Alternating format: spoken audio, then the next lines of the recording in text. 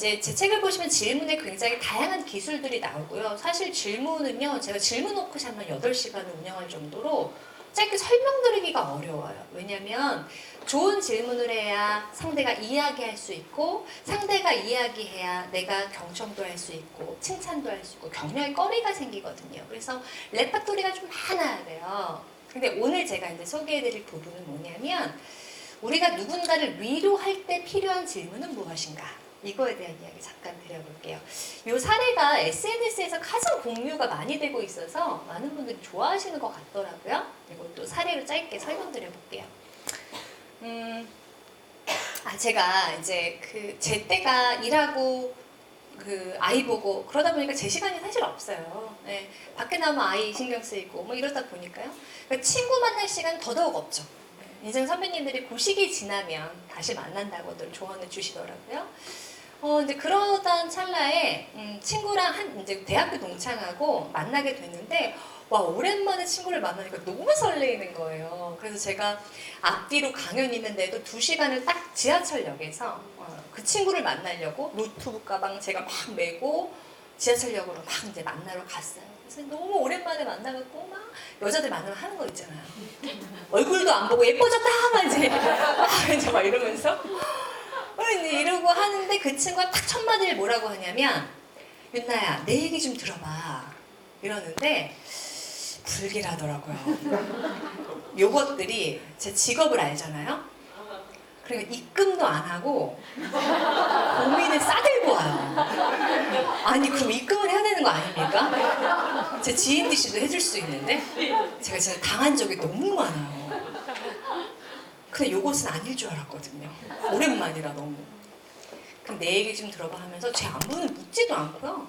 왜 애가 어떤지 묻지도 않고 지 얘기를 시작하는데, 그 친구가 그때 8년차 워킹맘이었어요. 그래서 그 친구 아들 하나 키우고 있고, 왜 우리 그럴 때 있잖아요. 인생에서 웅덩이에 빠진 느낌. 내가 여태까지 해온 게 하나도 없는 것 같고, 내 편은 아무도 없는 것 같고, 인생이 허무하게 느껴지고 무기력해지는 그런 순간이 있잖아요. 저는 그걸 웅덩이에 빠졌다고 표현을 하는데요. 말하자면 친구가 그런 순간이었던 것 같아요. 그러다 보니까 인생의 모든 것이 다 불만이고 저한테 그 불만을 얘기하기 시작하는 거예요. 누구 흉부터 얘기할까요? 그렇죠. 같이 사는 그 오빠 얘기를 해야 되잖아요. 그 인간이라고 부르더라고요. 그 인간이 어떤 인간인지에 대해서 저한테 얘기하는데, 왜 그런 거 있죠? 저 이미 알아들었는데 한 얘기도 하고 한 얘기도 요는 이거예요. 말만 뻔지르르 하다. 요는 그건데, 뭐 추진력 있지 않고 말만 한다는 건데 알아들었거든요. 근데 한 얘기 또 하고 한 얘기 또 힘들죠. 그래서 끝나나 아프다 했어요. 근데 남편 흉 끝나니까 누구 얘기로 넘어갈까요?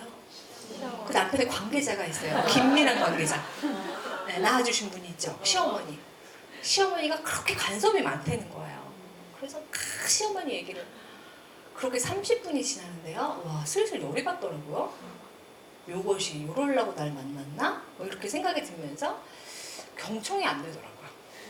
자꾸 딴 생각이 들고 빨리 가고 싶다. 뭔지 이런 생각이 자꾸 들고요. 몇 시냐 이런 생각이.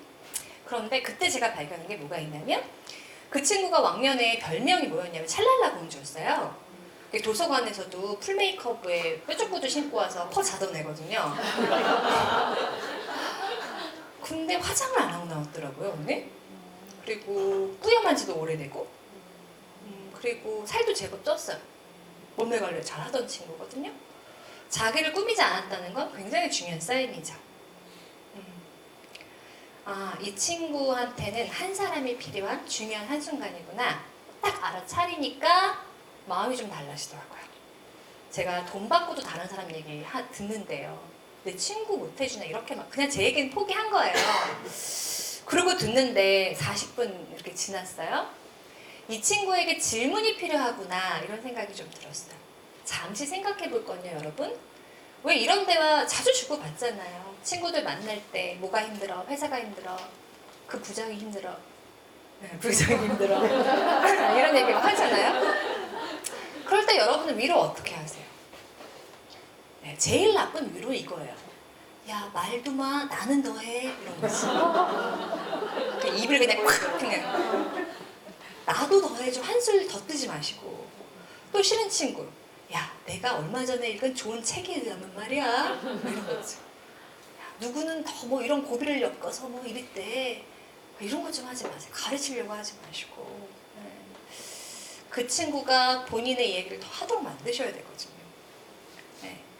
잠깐 생각해 보시는 거죠. 만약 내가 친구랑 그런 장면에 놓인다면 나는 어떤 질문을 해왔는가?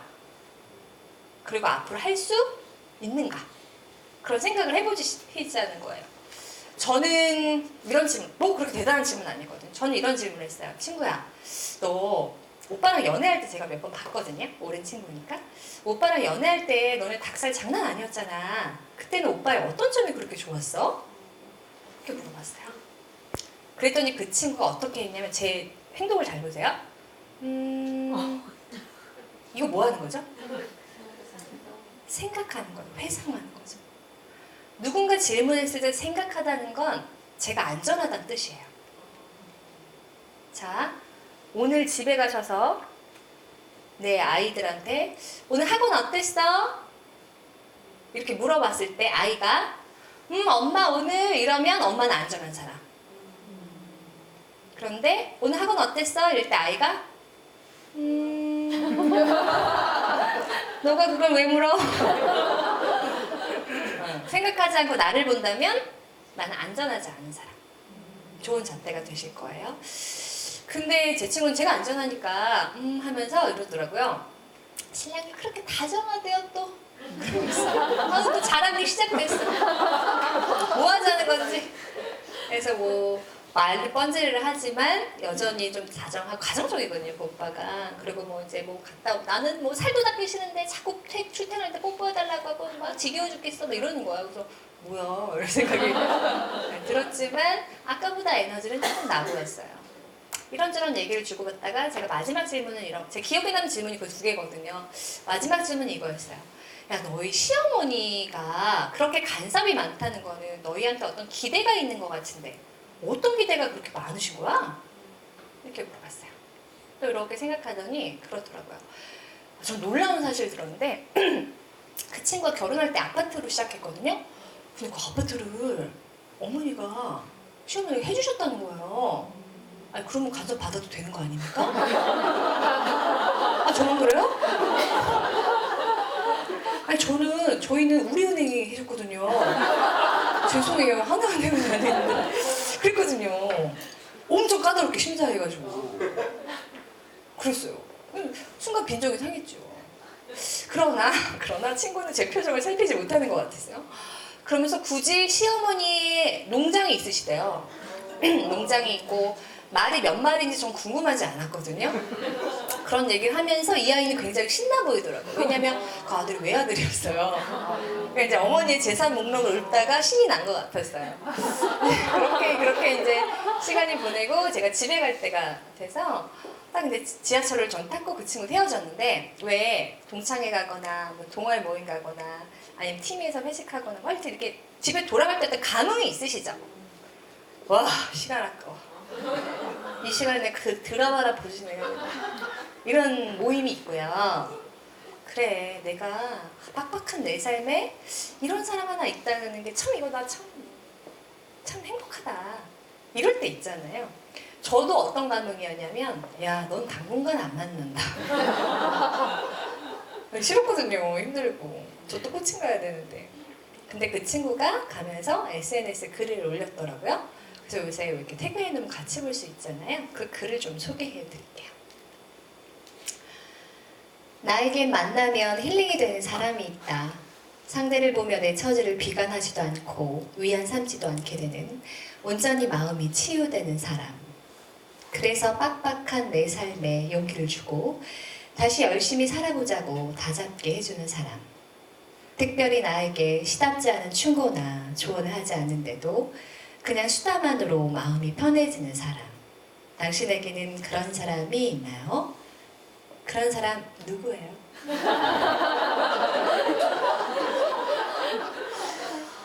아 마음이 참 좋더라고요. 너무 좋았고 내가 한순간 살렸구나 이런 생각이 들었고요.